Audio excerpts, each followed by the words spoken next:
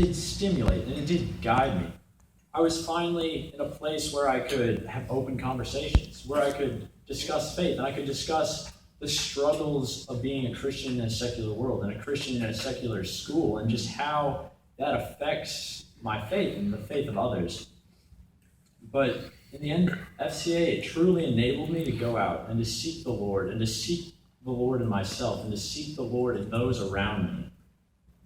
Now, since I first joined FCA, I've become a huddle leader, one of many at Century, and I'm part of a team that seeks to grow one another, and seeks to grow those that come to FCA, and seeks to minister to those who don't come to FCA, who don't know the Lord, who are in the community and the school around us that need to hear His love, and we seek to glorify Him.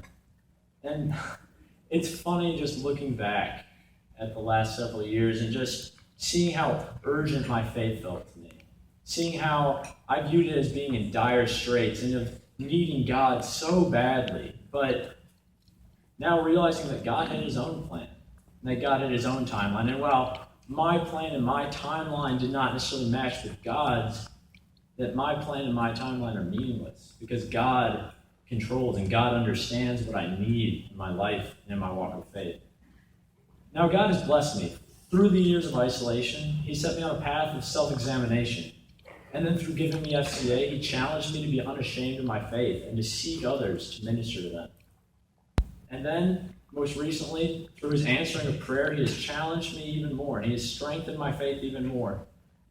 For such a long time, I was frustrated because I didn't think God was answering my prayer. For years, I was seeking relationships, seeking deep Christian relationships, but nothing substantive ever manifested itself in my life.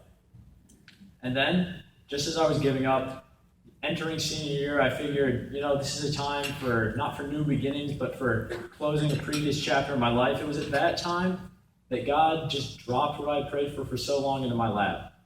He gave me deep, godly friendships just at the time I was giving up.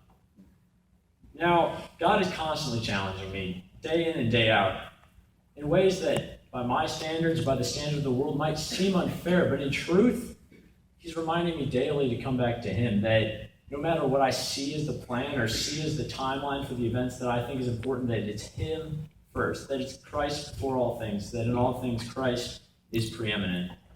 And now, FCA has been an important part of this walk for me. It's been an integral piece, but not the sole focus. God has been the sole focus, but FCA has been such a blessing in my life, both in the interactions with leaders and athletes and students, and in the ways that James has provided for us, and the way He has nurtured us and just diligently provided, just as God has diligently guided us.